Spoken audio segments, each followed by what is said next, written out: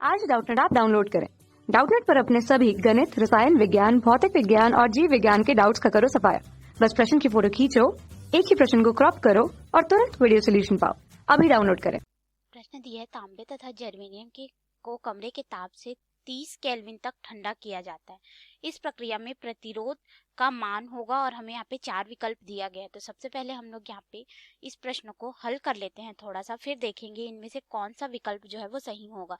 तो इसके लिए हम लोग इस तरह से ले लेते हैं, हमारे पास मान लेते हैं कि यहाँ पे एक तांबे का तार है, ठीक है, और एक हम लोग यहाँ पे जर्मेनियम का तार ले लेते हैं। इस तरह से हम लोगों ने इस तरह से जर्मेनियम का तार ले लिया और अब हम लोग ये मानते हैं कि इनका जो प्रतिरोध है जो भी होगा, ठीक है, यहाँ पे देखिए हमने यहाँ पे जो तांबे का तार लिया है कॉपर, ठीक है, और ये हमारा हो गया जर्मेनियम। अब देखिए ये तांबा है, ये क्या होता है, हमारा धातु होता है, और जर्मेनियम हमारा अर्धचालक होता है, और कॉपर धातु है अर्थात चालक है, ठीक है, चालक है अर्थात इसका जो प्रतिरोध ताप गुणांक होता है जिसको हम लोग अल्फा से प्रदर्शित करते हैं, ये क्या होता है, धनात्मक होता है। धनात्मक में इसका मान लगभग हमारे पास होता है 0.0039 प्रति डिग्री केल्विन हमारे पास होता है, ठीक है।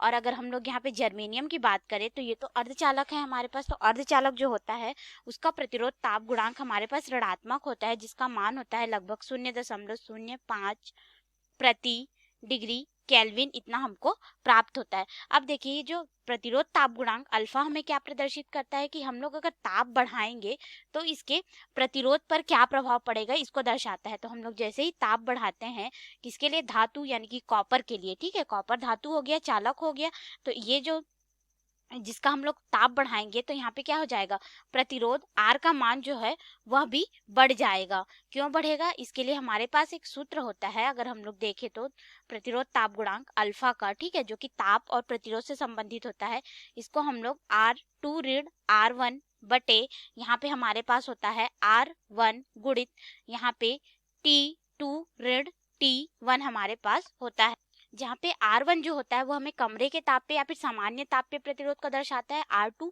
जब हम लोग ताप में परिवर्तन करते हैं, या तो ताप को बढ़ाते हैं या फिर घटाते हैं, उसमें हम लोग को प्रतिरोध जो प्राप्त होता है उसको प्रदर्शित करता है। T1 ताप जो रहता है जो पहले अवस्था में, ठीक है, जैसे कि इसको पहले कमरे के ताप पे रखा गया था, इस ताप को दर्शाता है। T2 बाद में जो हमने ताप में परिवर्तन किया, बढ़ाया या घटाया, उसको प्रदर्शित करता है। तो यहाँ पे अगर हम लोग देखें तो देखिए ये हम लोग कॉपर के लिए पहले देखते हैं, ठीक है, तो कॉपर के लिए अगर हम लोग देखें तो क्या हो रहा है, ये अल्फा का मान जो है धनात्मक आता है ना, ठीक है, प्रतिरोध ताप गुणांक का। और यहाँ पे बोला जा रहा है कि हम लोग ताप को कितना 30 केल्विन तक ठंडा कर रहे हैं। 30 केल्विन तक ठंडा कर रहे हैं कहने का मतलब हम लोग यहाँ पे ताप के मान को क्या कर रहे हैं, कम कर रहे हैं, अर्थात प्रतिरोध का मान भी स्वयं ही कम हो जाएगा। और उस समय हमें जो अल्फा है प्रतिरोध ताप गुणांक उसका मान हमें ऋणात्मक में प्राप्त होगा। क्यों ऋणात्मक में प्राप्त होगा, देखिए अगर हम लोग इस सूत्र की सहायता से देखें तो हमने पहले बोल दिया कि जो T1 ताप T1 को कमरे के ताप पे ले रहे हैं, ठीक है, तो ये तो डिग्री सेल्सियस में होता है, मान लेते हैं कमरे का ताप जो है 25 डिग्री सेल्सियस है, या फिर हम लोग इसको अभी 0 डिग्री सेल्सियस लेके चलते हैं, समझने के लिए हमें आसानी होगी, ठीक है, 0 डिग्री सेल्सियस ले लेते हैं, अर्थात ये कितना हो गया, 273 केल्विन हो गया। तो 273 केल्विन हो गया और उसमें हम लोग T2 ताप ले रहे हैं जो कि हम लोग 30 केल्विन उसमें कम कर रहे हैं, ठीक है।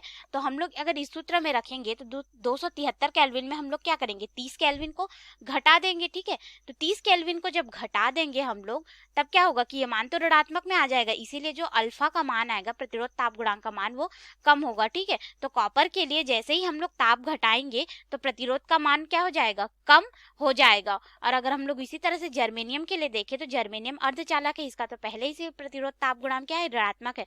अगर हम लोग ताप बढ़ाते हैं तो इसका जो प्रतिरोध होता है R, ठीक है, अर्धचालक के लिए यह कम होता है, और अगर हम लोग ताप के मान को कम करेंगे तो प्रतिरोध का जो मान होगा वो क्या हो जाएगा, बढ़ जाएगा। और अगर हम लोग जैसे यहाँ पे उदाहरण लेके देखें कि 30 केल्विन पे हम लोग कम किया बोल के, ठीक है, तो इसको भी हम लोग क्या करेंगे, 273 केल्विन लेंगे, 273 केल्विन यहाँ पे रखेंगे और 30 केल्विन यहाँ पे रखेंगे, ठीक है, तो ये तो पहले से ही ऋणात्मक है और फिर ये वाला मान ऋणात्मक आएगा तो ये तो धनात्मक हो जाएगा। और जब प्रतिरोध ताप गुणांक धनात्मक हो जाएगा तो क्या हो जाएगा, उसके प्रतिरोध R का मान तो बढ़ जाएगा। तो इसके आधार पे हम लोग अपने विकल्प में चलते हैं, ठीक है, तो विकल्प में पहला दिया है दोनों के लिए घटेगा, तो ये तो गलत हो जाएगा क्योंकि तांबे के लिए प्रतिरोध का मान घट रहा है और जर्मेनियम के लिए प्रतिरोध का मान बढ़ रहा है, और दूसरा दे रहा है दोनों के लिए बढ़ेगा, तो ये भी गलत हो गया। तीसरा बोल रहा है तांबे का बढ़ेगा तथा जर्मेनियम का घटेगा, तो ये गलत हो जाएगा, तांबे का कम होगा, जर्मेनियम का बढ़ेगा। चौथा दिया है D, तांबे का घटेगा तथा जर्मेनियम का बढ़ेगा। तो हमारा डी विकल्प जो है वो बिल्कुल सही उत्तर होगा इस प्रश्न के लिए, कि जो तांबे का तार हम लोगों ने उदाहरण के लिए लिया था, ठीक है।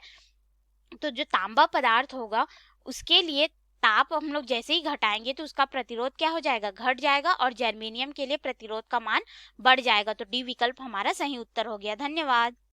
कक्षा 6 से 12वीं से लेकर नीट, IIT, JEE वो एडवांस के लेवल तक 1 करोड़ से ज्यादा छात्रों का भरोसा।